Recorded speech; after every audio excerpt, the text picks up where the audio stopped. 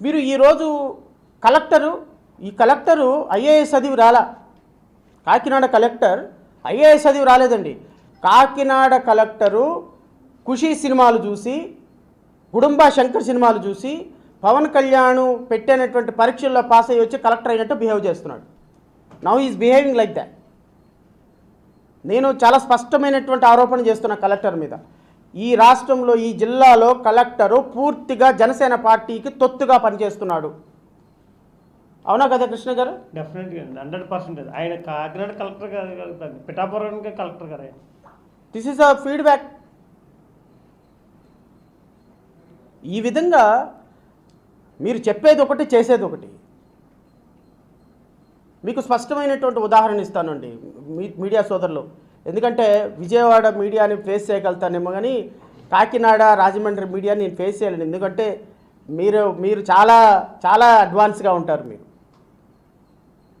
మీరు చెప్పండి సార్, నాకు ఈ దేశంలో ఏ రోజైనా ఒక ఎమ్మెల్యే, సార్ తప్పో రైటా అమ్మాయి పక్కన పెడదాం సార్, ఒక పాప, ఒక లేడీ, ఒక ఎమ్మెల్యే, ఆ అమ్మాయి భర్త ఉన్నాడు, పిల్లోడు ఉన్నాడు, తప్పు చేశాడు, తప్పు చేసిందా లేదా అనేది చట్టం చూసుకుంటూ అది పక్కన పెట్టేద్దాం. ఒక మహిళ, first she's a women.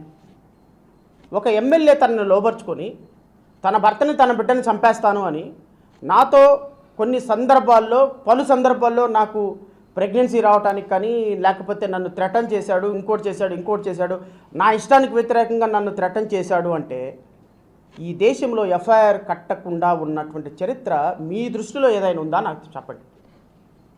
MLA మీద 2.5 లక్షల మందికి ప్రాతినిధ్యం వహిస్తున్నటువంటి ఒక ఎమ్మెల్యే ఒక సాధారణమైన జూనియర్ అసిస్టెంట్ చేతిలో మోసపోయి, ఒక సాధారణమైనటువంటి జూనియర్ అసిస్టెంట్ భయపెడితే భయపడే స్థితిలో ఉన్నది ఈ దేశంలో, రాష్ట్రంలో పరిపాలన అని మీరు నమ్మితే నాకు చెప్పండి సార్. ఆ అమ్మాయి మీద కేసు పెట్టి, 2 కేసులు పెట్టి, ఆ 2 కేసెస్లో ఆ అమ్మాయికి కండిషనల్ బెయిల్, అంటే నువ్వు ఈ కేసు గురించి బయట మాట్లాడొద్దని హైకోర్టు చేత కండిషన్ బెయిల్ ఇప్పించినటువంటి, హైకోర్టు చేత కండిషన్ బెయిల్ పెట్టించుకునే స్థాయికి పవన్ కళ్యాణ్ రాజకీయం వచ్చింది అంటే, పవన్ కళ్యాణ్ పార్టీలో ఎమ్మెల్యేగా ఉన్నటువంటి ఒక వ్యక్తి ఇలా నన్ను రేప్ చేశాడని ఒక అమ్మాయి కేసు పెడితే 3 మెన్ కమిటీ వేసి, ఆ 3 మెన్ కమిటీ రిపోర్ట్లో ఈ రోజు వరకు ఒక్క రిపోర్ట్ ఏందో ఎవరికి చెప్పకుండా, అతని మీద ఎఫ్ఐఆర్ కట్టకుండా, అతన్ని పోలీస్ స్టేషన్లో పెట్టకుండా, అతని మీద రిజిస్టర్ చేయకుండా, ఎఫ్ఐఆర్ కూడా రిజిస్టర్ చేయకుండా ఉన్నటువంటి న్యాయ చరిత్రలో మొట్టమొదటి అంశం, నా 20 సంవత్సరాల న్యాయ చరిత్రలో మొట్టమొదటిసారిగా చూశాను నేను. ఇంతవరకు నేను ఎప్పుడు చూడాలి. అది కూడా న్యాయానికి, చట్టానికి 4 పాదాల నడిపించేటువంటి ఒక ధర్మప్రతినిధిగా ఉన్నటువంటి సనాతన ధర్మాధికారి పవన్ కళ్యాణ్ గారి యొక్క పార్టీ ఎమ్మెల్యేలో పవన్ కళ్యాణ్ గారి అనుమతి లేకుండా ఎస్పీ ఆ స్థాయికి రాగలుగుతాడండి? పవన్ కళ్యాణ్ గారి మాటలు చెప్పకుండా ఎస్పీ ఆ విధంగా చేయగలుగుతాడండి? ఒక ఆడపిల్ల ఇచ్చిన రిపోర్టు మీద కనీసం ఎఫ్ఐఆర్ కూడా కట్టించలేని పార్టీ అదొక పార్టీ అండి? తప్పో రైటో మీరు నాకు అనవసరం, నేనే 60 ఉరిశిక్షేమని అనటంలా.